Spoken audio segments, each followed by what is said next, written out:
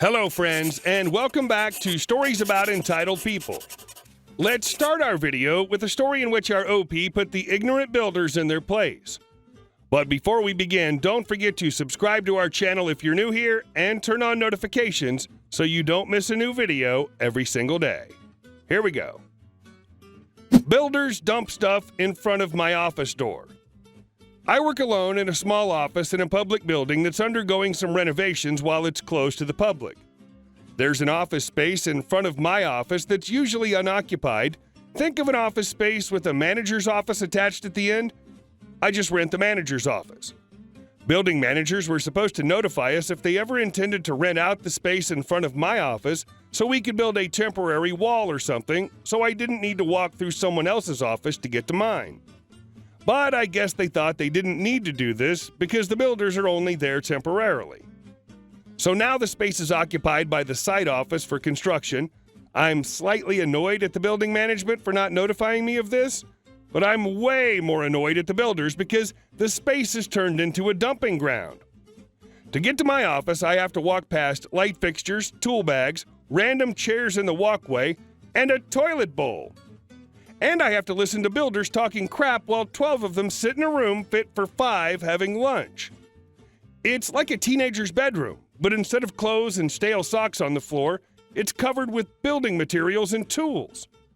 I asked them to keep it clear as it's the walkway to my office and not a storeroom, and they say sure, but basically roll their eyes at me and do nothing. So I took some pictures of the mess and reported it to building management, and 1 week later, they tidied up slightly, but gave me a sassy, we cleaned up a bit around here for you, mate. No need to thank us, as I walked in the morning. A few days later, and it was almost worse than it was before, to the point I couldn't leave my office without moving 4 boxes of supplies out from directly in front of the door yesterday. I also hear them whispering about how I'm such a C-word and a stuck-up public servant. I'm private sector, but whatever. Cut to today. I go to step out to get a coffee, and before I open the door, I look through the window of the door to see someone's half-eaten spaghetti sitting on the floor right in front of the doorway. I lose my composure for a moment and say, F it, open the door, and trip on the bowl of spaghetti, causing it to spray all over the room and the 2 builders in the room. Spaghetti gets on everything, sauce on their computers, noodles in the bloody toilet bowl.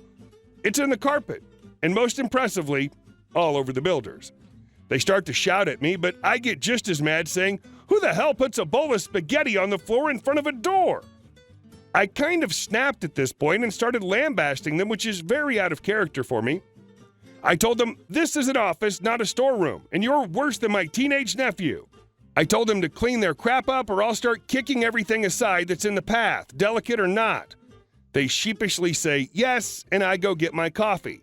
When I return, no one's in the office and the mess is still on everything. I think they wiped the laptops down, but I don't care at this point and retreat into my office and focus on work. Fast forward a few hours and I get an email from the building management. I crack a huge smile as I read an email basically saying, the builders reported your conduct and had us come inspect the damage. However, we noticed the unacceptable amounts of mess in the office space had not been cleared up in front from the last time we asked them to, and they admitted the food was placed on the floor in front of the doorway. So we expect them to clean up the mess, pay for the cleaning, and place no blame on you in this case. If the mess comes back, call us directly, as they're on their last warning from a few other incidents in the building. It was a longer and more official email, but you get the point. So now I'm occasionally looking through the window on the door while builders crawl around on their hands and knees scrubbing spaghetti out of the carpet. I'm not proud of losing my cool and handling things the way I did, but I won't deny that it worked, and it felt really good. Oh, I like how they tried to report you and it wound up burning them instead for their crappy behavior. And our second story. The most entitled welfare family I've ever seen. I run the front at a small flea market in nowhere, United States. I've been doing this a few years now. I've seen more than my fair share of a-holes, but this family takes the cake. So every year we do a food drive for Thanksgiving. I run 50-50 raffles all year to raise the money, and we have a lady who does bake sales from time to time. We usually shoot for 125 families minimum. This year we did 151. We get them a turkey, a few cans of a few different items, some bread, pie, gravy, whatever we can scrounge up with the money left over. Had a guy bring in a metric crap ton of leftover candy from Halloween to give out. We then connect with social services and tell them how many families we can support, and they give us a list with names and phone numbers. I then spent the better portion of 2 days calling and recalling until I've informed as many of them as possible. Social services calls them too. Every year, it was a effing delight. You can tell this is really making some people's days. They sit there and shake your hand and say God bless you over and over. They smile ear to ear. Some people hug you almost in tears. Seriously, it's the coolest thing I do all year. It's mind-boggling how thankful these people are. This year, though, these people were the most entitled mother effers I've ever seen. I know some people take advantage of the system. People always will. Nothing can be done about it. 6 of them pull up in a van. They all get out and get in line. Every single one of them were on the list. Clearly a small family of 6. A mom, a dad, 3 kids, and one of the kids' significant others. Could see the family resemblance shared among them. They were clearly a small family. Same last names, too. When they got up to the front, we treated them as a single family and got them 1 bag of swag, immediately started being rude, complaining they were all on the list. We checked, and sure enough, they were all on there. While we didn't think it was right, they were about to get 6 meals. There really wasn't much we could do about it. They were on the list. Then we have a 7th person come in who was obviously with them, trying to get a 7th meal. Wasn't on the list. Started screaming almost immediately. We went back and forth for a few minutes, telling them unless social services tells us to give you food, we only have enough for the people on the list. They get on the phone with their social services agent. They didn't bother going outside to have this phone call. Yes, they screamed on the phone too. I love when people are mad, they repeat the same crap over and over. The lady must have said, "This is a raw deal," like 10 times. Gets off the phone, having clearly been unsuccessful, comes back to the front of the line, and just went to screaming about how it's ridiculous we wouldn't help someone out on Thanksgiving. Now I know what you're thinking. The family had a bad egg. They were all bad eggs, though. At this point, the entire family was outside yelling about how unreasonable we were, about how we really don't want to help people, how this was a publicity stunt, and other things. At this point, our maintenance guy was screaming at them to F off. Finally, the owner rolls out in his motorized scooter saying he's going to call the cops if they don't leave. They say they hope he does so they can put the real criminals in jail. Finally, these jerks get in their van and leave. Story doesn't end there, though. They drive all the way around the property, then screech through the parking lot, flipping us off and throwing the boxes the turkeys came in out the windows. I don't even know what to say about this. It's like life likes to one-up itself all the time. I see the biggest a-hole I've ever met like once every couple years. They thought that was a raw deal? How effing entitled can a human being be? Also, I filed it with the police. I'm hoping they get a ticket for leaving trash or at least a speeding ticket for screeching through our parking lot. I damn well know they won't be getting any handouts from us again. That sucks, OP. But think of all the families who were truly in need that you did help. 150 families had a warm meal on Thanksgiving due to you and your store's efforts. That's amazing. And our last story. Say goodbye to your work. Fresh out of college and into the first post-college job. Now, some of us are very lucky to get work in a field close to or in our chosen realm of expertise right out of college. I was not one of those lucky people. So I got to work for a popular rental car company for a while. You don't need to know which one. They're all similarly terrible.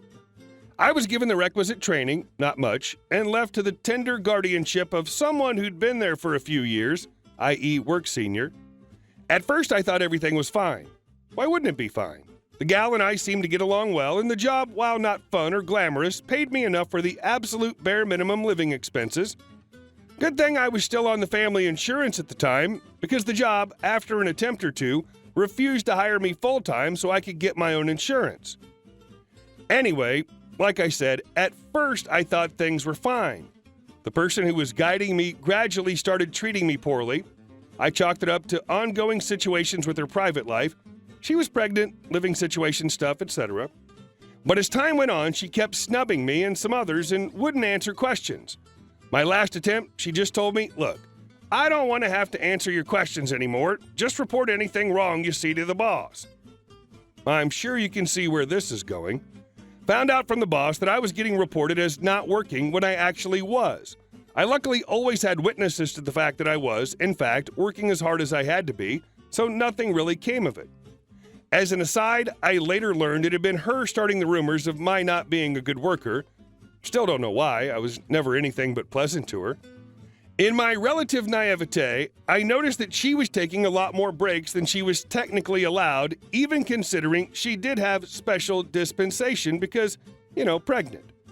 More, she started disappearing from the job entirely at strange times, reappearing looking completely innocent and fresh, almost like she'd not been working. Her partner would bring the car around and she'd take the time to give it a loving wash, which was sometimes allowed. Thinking it strange, I did what she told me to do. I reported it to the boss. I named times and that I'd seen her partner's car in the bay. Since I sometimes borrowed my roommate's car, I asked could I also use the bay to wash it. Boss looked confused but said I could wash the car if I wanted and we weren't busy. A few days passed and I noticed she's not in. I asked around and was like, where'd she go? Did something happen with the baby? Is she okay? Turns out that and I later found out others reporting her and giving times, made the boss decide to check the security cameras. She and her partner had, among other things, been stealing fuel and other things from the job, and her butt got canned on the relative spot. I don't think this story has a moral per se, but I'd say that you shouldn't disdain the source of good advice, even if the source was apparently trying to get you fired. 9 out of 10 chance she was hoping to get her boyfriend hired before you so they could up their pilferage. You getting hired in his place spoiled her plans. Hey guys, thank you all for watching the video. I'll see you in the next one.